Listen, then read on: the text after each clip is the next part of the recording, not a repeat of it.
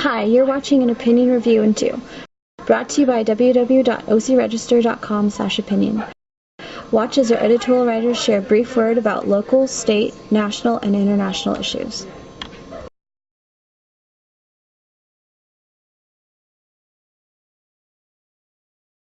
I'm Steve Greenhut, editorial writer and columnist for the Orange County Register. Filling you in on the Office of Independent Review, which will come before the Orange County Board of Supervisors on Tuesday.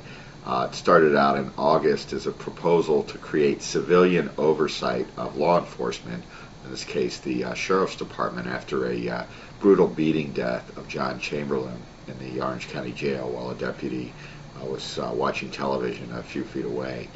So what we've got now is it formed into something called the Office of Independent Review, working with law enforcement and other officials. The board came up with a proposal that would have a professional staff to help oversee allegations of abuse, excessive force, misconduct. The Chamberlain jail death was at one instance.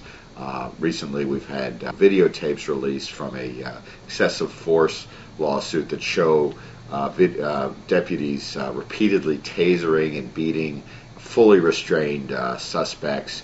In a free society, the government works for the people, not the other way around.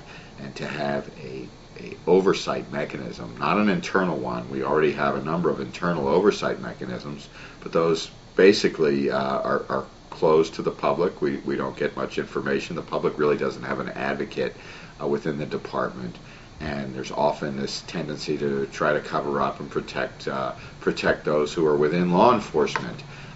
That those who were opposed to this, such as the former sheriff Mike Corona, said that there's already a grand jury system to deal with cases of abuse or allegations of abuse, but the grand jury only kicks in the most severe situations.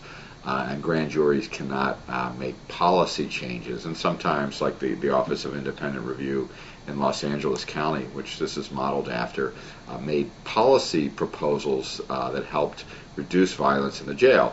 Sheriff Lee Baca in Los Angeles County introduced the Office of Independent Review up there, and its head, Michael Giannacco, has helped Orange County come up with its own proposal down here. So the board will vote on this. This started out as something somewhat controversial because of the sheriff, but he is gone. He resigned office after being indicted on 7 federal corruption charges.